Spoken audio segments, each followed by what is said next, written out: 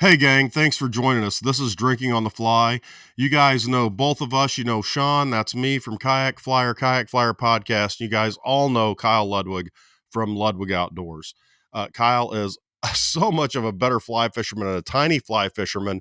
And tonight on Drinking on the Fly, we're going to try a couple of beverages and we're going to tie a fly for you. Remember, we're dropping these first 4 episodes, and you can tell the very first episode we talked about Oktoberfest and buying Oktoberfest because it was a great September. And we're just now recording the second set of these now in October. So we're going to drop these and they're going to be more timely coming out as we have that. However, we're waiting on a logo to get made and some other things like that. We want to give a really big shout out to Casting Feathers and Fur. Kevin's making our logo for us. I want to give a big shout out to Public House Brewing Company, who we're in negotiations with to do a couple of things. In episode 3 or 4, I don't remember which one I want to drink right now. We'll have one Public House beers, and then we're gonna have some beers from them.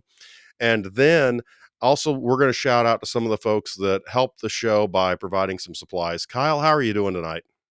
Pretty good. Pretty good. Not too bad. How about yourself? Cool. Very cool. Everything going well up there? What are you drinking? It looks like you're drinking bourbon again. Yes, I am. Buffalo Trace the same as I had last time. You have got to try. Ooh, I hit my mic. You have got to try something new. I'm going to be drinking tonight on this episode because we've got 2 episodes that we film at a time. I'm going to be drinking Public House Revelation Dry Stout, and I even have my Public House glass that I got from the brewery. I love this brewery. They're in Central Missouri in St. James, a great brewery. And I figured I better start the night with a non 9% beer. There you go. Not a bad idea. I tell you what, the more I drink heavy beers, big beers, the more interesting my flies get. So I'm going to go ahead and take a taste of this Public House. This is Revelation Dry Stout. You can buy this in most of the Midwest, I believe.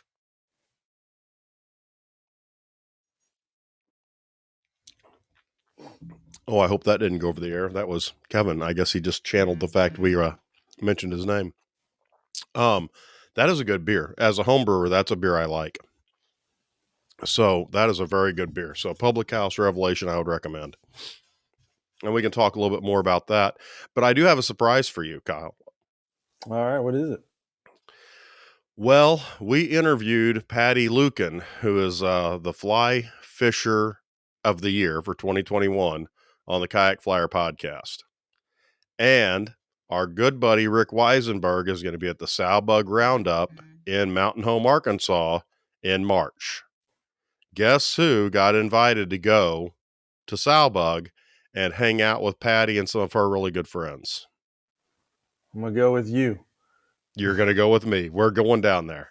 What do you Yeah, think about that?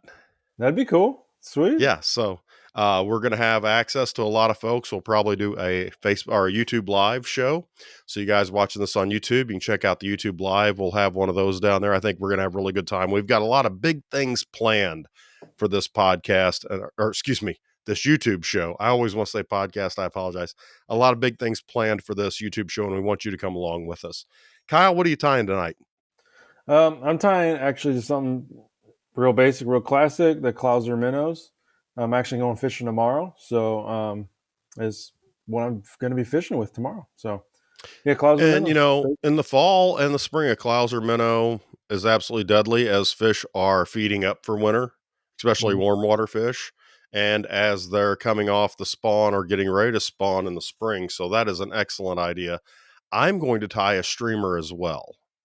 I'm going to tie a streamer made with Fly Tires Dungeon Materials and Rick Weisenberg's Oasis Fly Benches hit one of his dubbing brush tables. So that's what I'm going to tie. So why don't you go ahead and walk us through your tie? Mhm.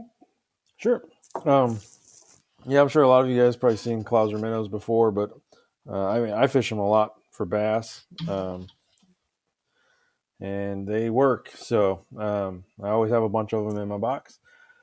The one I'm going to tie tonight is going to be it's going to be a size 6. I'll tie them in different sizes, but I'm going to tie a couple in size 6 tonight.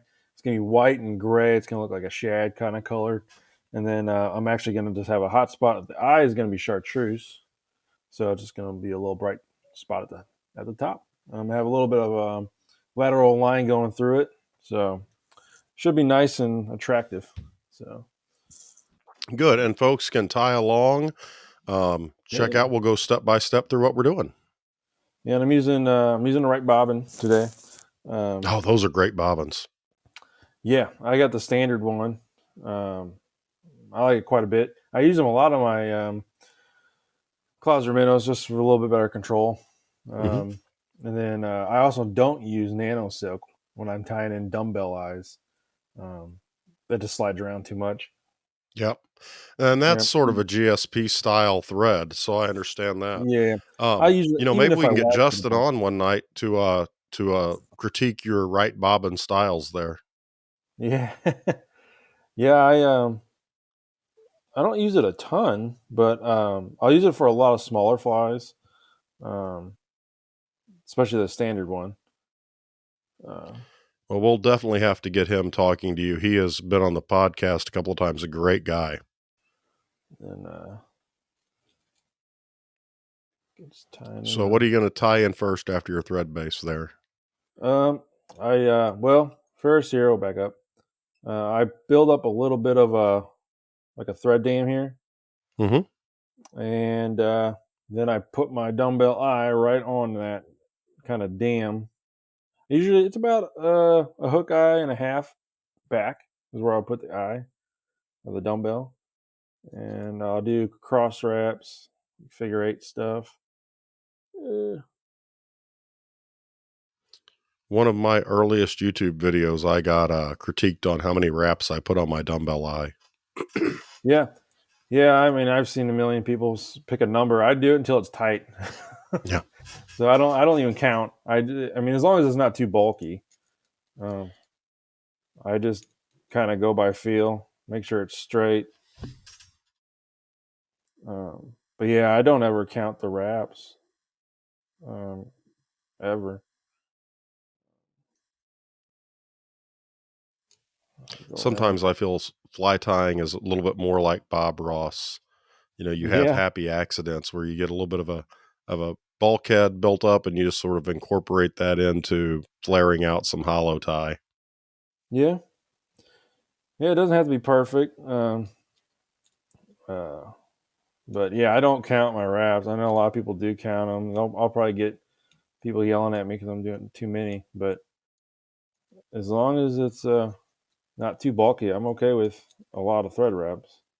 Now, do you use any super glue when you're doing in your dumbbell eyes? I use that a lot. Yeah. So what I'll do, I don't use the super glue first or anything like that. But right now, as soon as I get done with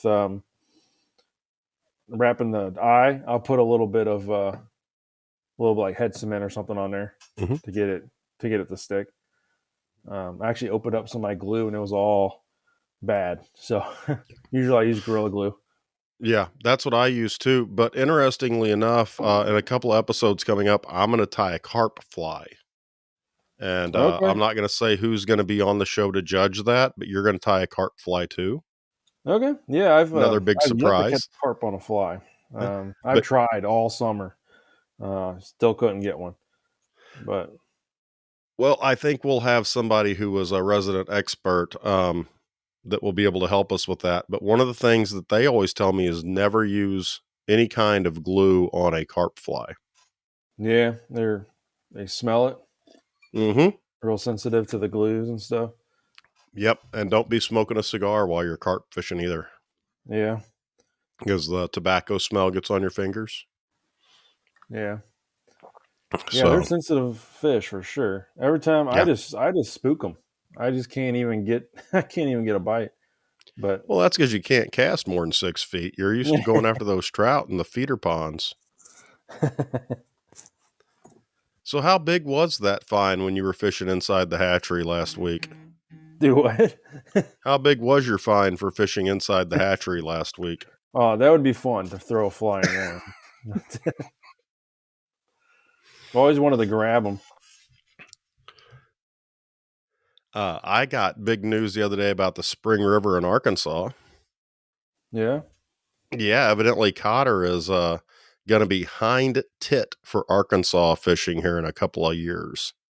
Oh, really? They're redoing the entire hatchery and putting in more runs to get bigger brown trout to release. Okay. And so it looks like the Spring River is going to be the place to go. Hmm. All right, I'm just The getting some Department of Natural bucktail here. Resources down there is trying to make it a big place. Yeah, I haven't been down there. I haven't fished in Arkansas at all, actually. Well, that's your fault. You can come to my house anytime you want to, and we can drive down there. Yeah, it definitely is my fault. I've had the opportunities, I guess. I just Yeah. I never did. Um, So are you going to tie this with traditional bucktail? yep, yep, just regular bucktail.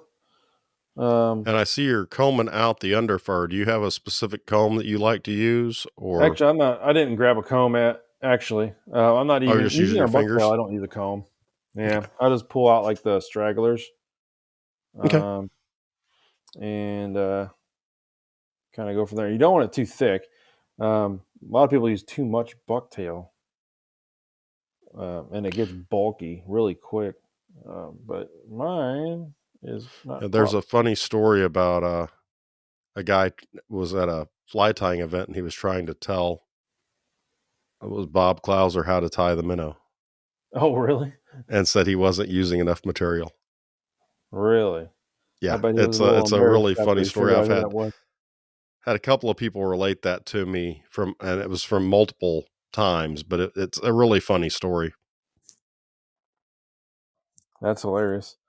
Yeah, yeah. I used to do mine way too thick when I first started. I mean, they would be like this huge. I didn't know what I was doing, and I was wondering why I couldn't.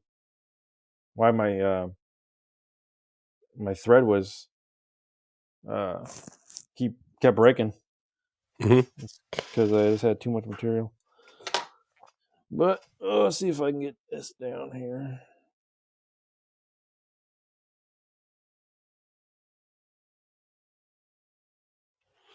So I was in St. Louis the other day, Oh, you were? and I had some time to kill, so I stopped by. Hargroves was closed. It was a Monday. I stopped by Feathercraft. Okay. And have you ever walked into a place and you're afraid to leave if you don't buy anything Yeah. because you know they're looking at you funny? And so I wound up spending like $80. Well, you got to spend a little money in there. Yeah, I know, but I love to just support Dooley and dooley'sflyfishing.com. Promo code kayak saves you 15%. But and I felt bad because we'd just been up at Dooley's for his big fall fly flingers event. Yeah. And I felt bad. But I had to buy some hooks and I went ahead and bought some beads to match. And I was like, you know, Yeah, I go to I go there sometimes. I order from Dooley's all the time, but once in a while I'll stop by Feathercraft and pick up some materials. Um, Actually, I might end up going there tomorrow for a little bit. Um, if I don't have, I have a couple orders I got to get some stuff for. But all right, are I you got the still first section. selling flies for on a Yeah, semi regular basis? yeah, yeah. I sell to like Eclipse Flyco online. And then I do have my Etsy shop back open, so Okay. I take some orders through there. It's And a is little, that it's still a at slow Ludwig season. Outdoors? Yeah, Ludwig Outdoors. Yep. Uh, Well, you were on the news. You and I both were on the news at Dooley's Fall Fly Flinger. yeah, I don't know if you saw that or not. yeah, I did. My wife's seen it and showed it to me. I thought it was pretty funny. Yeah, That was pretty cool though. All it right, was a I'm fun gonna event. tie. So you're going to tie in some flash now on the side? Yeah, so I flip it upside down, and I'm using this lateral scale uh, stuff. I use Okay. crystal flash. I use that a lot too. Um, but kind of decided just to go with this. And for this, I tie in two strands. And kind of do that. I pull it over. This helps if you got a vise that turns, a rotary vise or something. I used to tie these on a old Cabela's vise that didn't, rotate or anything, and I had to take the hook out, flip it over, tie it, take it back out. That always takes a little bit of time. This is when I bought this vise, it changed everything. Yeah, I know when I got my second vise, because I had one of those very cheap vices and I never could get it set up right. And when I got a better vise, things really changed. Yeah, it helped at least with like streamers, bigger bugs that you got to turn around a lot. But yeah, for a couple years I tied on just a still old cheapo vise. It One of the still things, works. I have a rotary vise, but I hardly ever use the rotary function on it. Yeah, I mine's true rotary too, and I use it for some things, especially if I'm tying like huge orders Right. and there's a lot of wraps. I have all my stuff prepped out, and I just roll through them all, and I'll use that. But a lot of stuff I do for myself, I don't really use it if I can turn it, a little bit more with my hands, And which is I'm okay. not sure if you're not doing mass production, I'm not sure that, I mean, the rotary is great for being able to turn it to different places, but then there are other Mhm. vices that aren't true rotaries that you can still turn. For Yeah, the there's some average that, yeah, guy, I don't know how much that matters for the average guy. yeah, probably not a whole lot. Like I said, I went a couple years without needing one. I tied plenty of flies, that worked just fine. So you don't need it. It's just a more of a want thing. Unless, like you Yeah. said, you're tying a ton of flies, and you're trying to save a little bit of time. It does help with that. But all right, I'm gonna go now with the second bucktail. This is just a gray bucktail. Um, Actually, I haven't yet to use this bucktail, so it's like brand new, Brand new bucktail. There you go. pretty much. I've yet to use it. I've been really interested in whenever I deer hunt, being down here in the land of thousands of deer. I'm really thinking about actually splitting and tanning some deer tails this year. Yeah, I was gonna ask you if you ever done that. Um, I've not. I have shaved squirrels though for dubbing. yeah, does it Yeah, work out pretty good? Like, it does. And actually, coming up soon, I'll be making a pink squirrel. I will use white for the collar, because the pink squirrel seems to be a more northern trout fly. okay, But I'll be tying one of those upcoming on an upcoming episode. nice.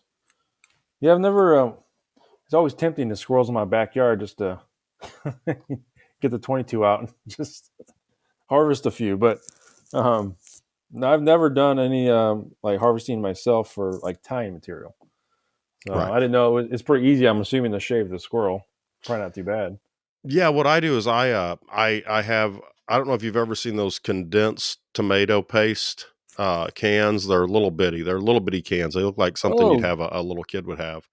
And yeah. I in the wintertime I trap the squirrels in a squirrel trap, and then I fill that can up with peanut butter, and I put Okay. on welding gloves, and I put that peanut butter over their heads so they get a meal, and then I shave them bald to get all that nice guard hair, and then I let them go. That way I can feel better about myself.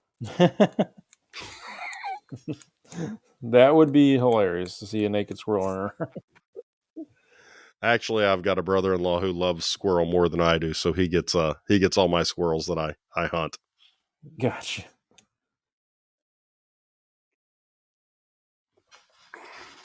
All right, almost got this one. So yeah, and so you're tying the white on the bottom where the Yeah, dumbbell white's on eyes the are. bottom, then gray's Yeah, on the because the top. dumbbell eyes are on the top of the hook. So when you're tying this, it's going to be inverted from the way the hook point is, so it rides hook point up. Right. Yep. Since you're tying in dumbbells, yeah, it will ride just like this.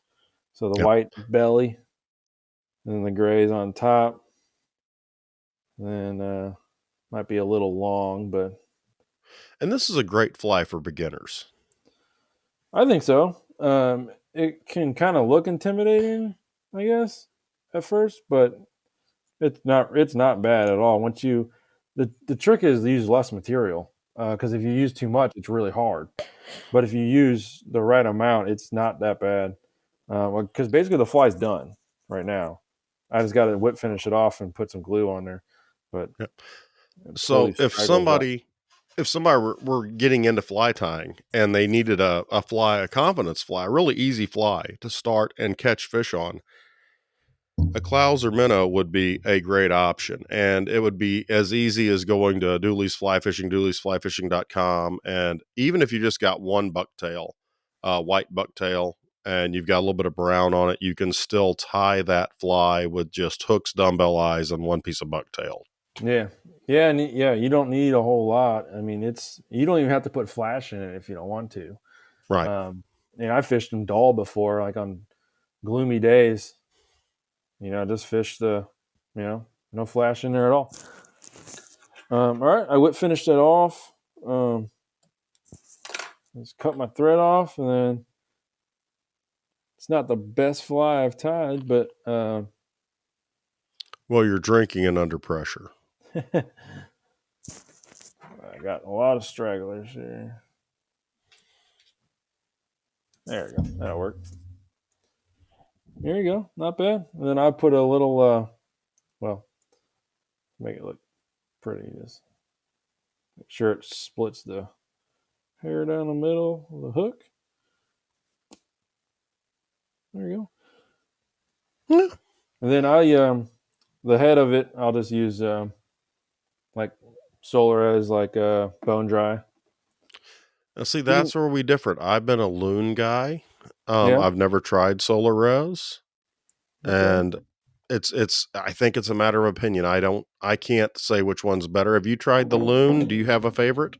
No, I've never tried loon, so I can't say which one's better. I mean, you see all kinds of mixed reviews for both of them, really. Yeah.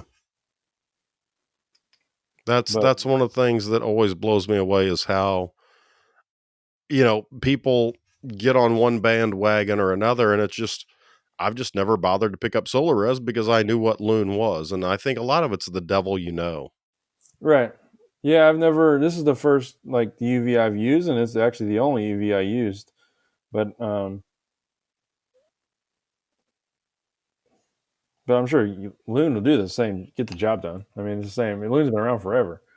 And I think they're both around the same price point. Yeah, I think so too. So I it just actually use depends. Loon's light. I love their light, their infinity light.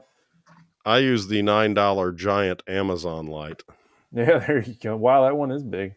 Yeah, it's like it's made for picking up bed bugs in hotels, but Yeah. it takes like 6 batteries. It's bright. Well, there's My daughter actually, because she is in guard and band, and she has to wear socks and shoes in the summertime, she actually uses this to tan away her sock line. Really? Yeah. Holy cow. Yeah, I know. Is It's that that powerful. rechargeable or is that battery powered? No, it's battery powered, but Wow. I'd like to get a rechargeable one someday. Yeah.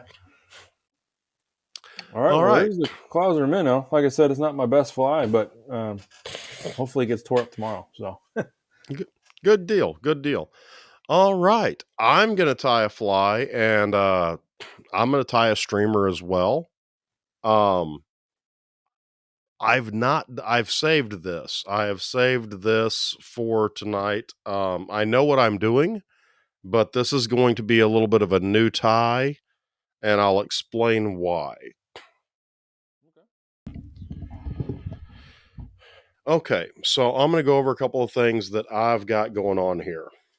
First of all, I have a Fly Tires Dungeon, and this is the big game MS100, and I'm going to tie it in a 3/0. holy cow. I'm using my Griffin Odyssey Spider Vise with a cam lock. I am going to be using Nano Silk because that's what I have threaded up in my right bobbin. At least that's what I had threaded up in my right bobbin. Yep, it's still there. I'm going to be using a brush off of the Oasis Dubbing Brushes table. And this is going to be some Congo hair, I believe, and some crystal web. All of this will come from Fly Tires Dungeon as well. And I'm going to put a Fly Tires Dungeon fish face on it, and I'm going to use some Fly Tires Dungeon eyes. So this portion of the episode is brought to you by Fly Tires Dungeon. So I'm going to move the microphone a little bit. So if you want to narrate me. All right, looks like he's starting to thread at the eye here. I'm just going to lay down a basic thread base. And if you're using Nano Silk, get a cheap pair of scissors, because this stuff does not do well with good scissors. Yeah, I use an old pair of like wire scissors. Yeah. You know you're getting old when you got to put on heavy duty glasses. I thought you were tying on a 3/0. Dude, I still can't see. Okay, so now this is a wire in here. And then it's the dubbing brush. That's what it is. It's a dubbing brush. So I'm going to try and tie this in on top. And I'm just going to wrap all the way up. Then I'm going to wrap back, and I'm going to stop right about maybe 2 wraps behind the hook point, and I'm going to come back up. Now, again, I could use the rotary function, but I want to wrap this back, and I want to palmer this while I go.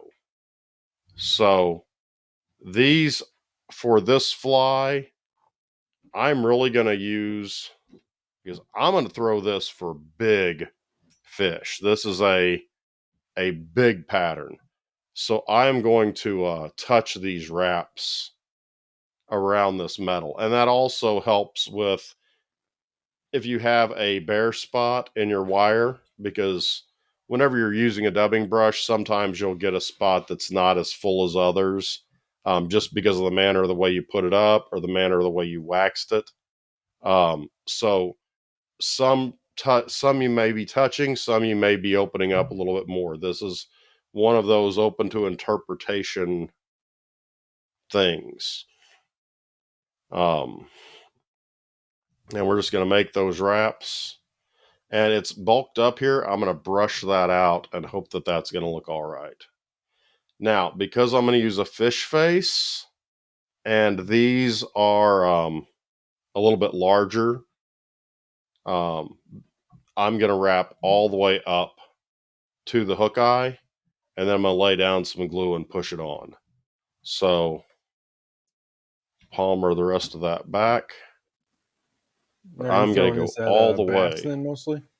Yes, this will be a smallmouth bass and even a largemouth bass at the lake. One of the nice things, even when I can't get to the river, which I definitely prefer to fish the river, but I can't always get there.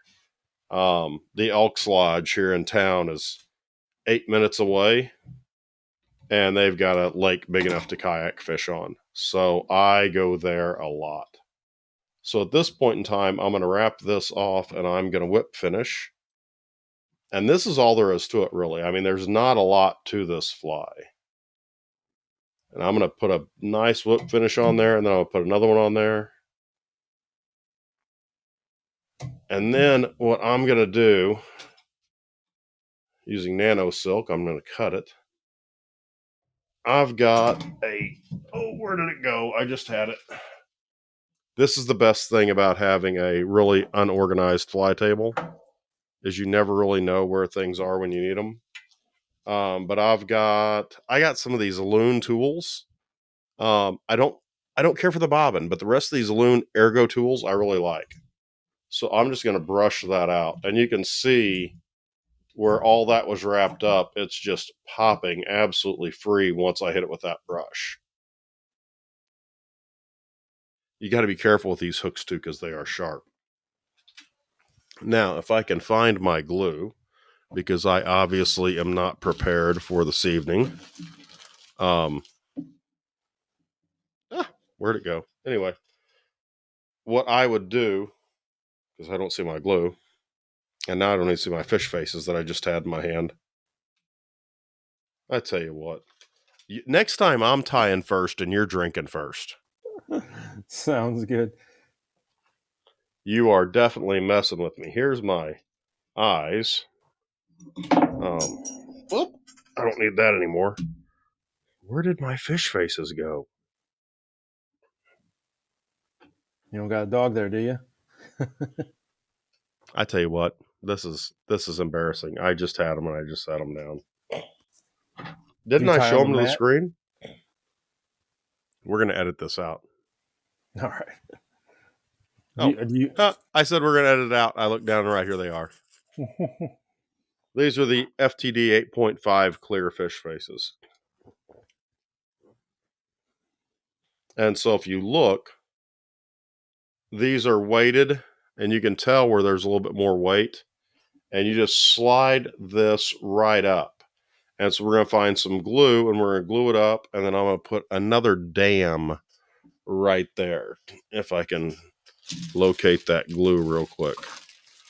Man, I am not prepared. I apologize for this. And you don't even have to put the fish face on if you don't want to. You can just take this and put eyes on it right now, and it will fish just fine. But that's my streamer. So there you go. That's what it's going to look like.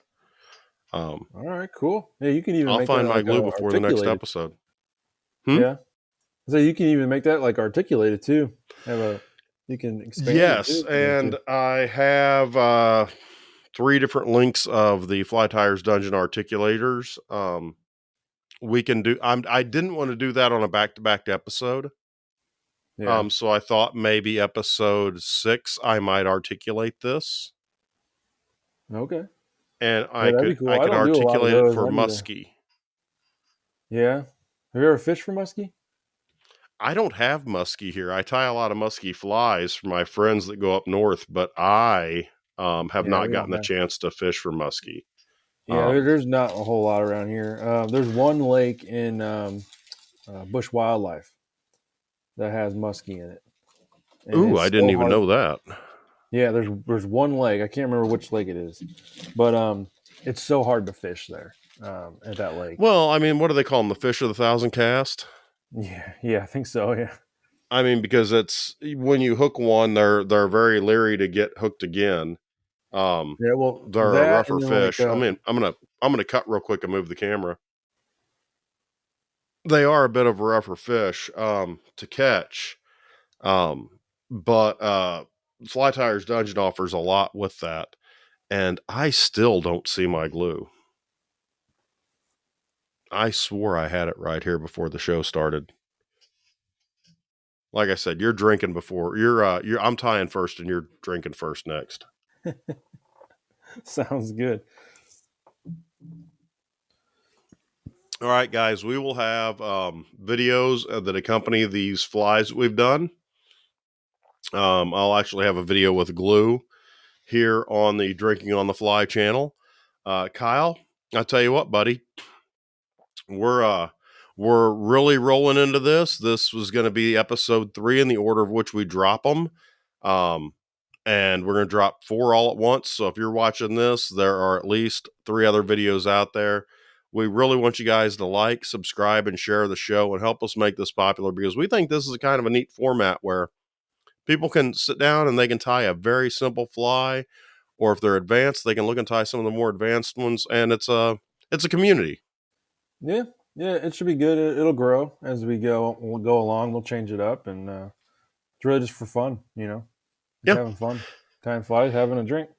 Yep, and we encourage you guys, let us know in the comments what beer you drink, or what bourbon you drink, or what do you drink whenever you tie flies. Let us know if there's a fly you want to tie, or hey, you know what, get wild. Let us know if you want to come on here and tie a fly with us, because we would be more than happy to sit down with most anybody. And then we've got some great guests that are going to come up and judge some of our fly tying.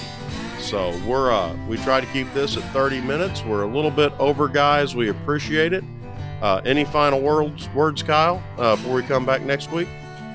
No, just keep tying and see you guys next week. All right.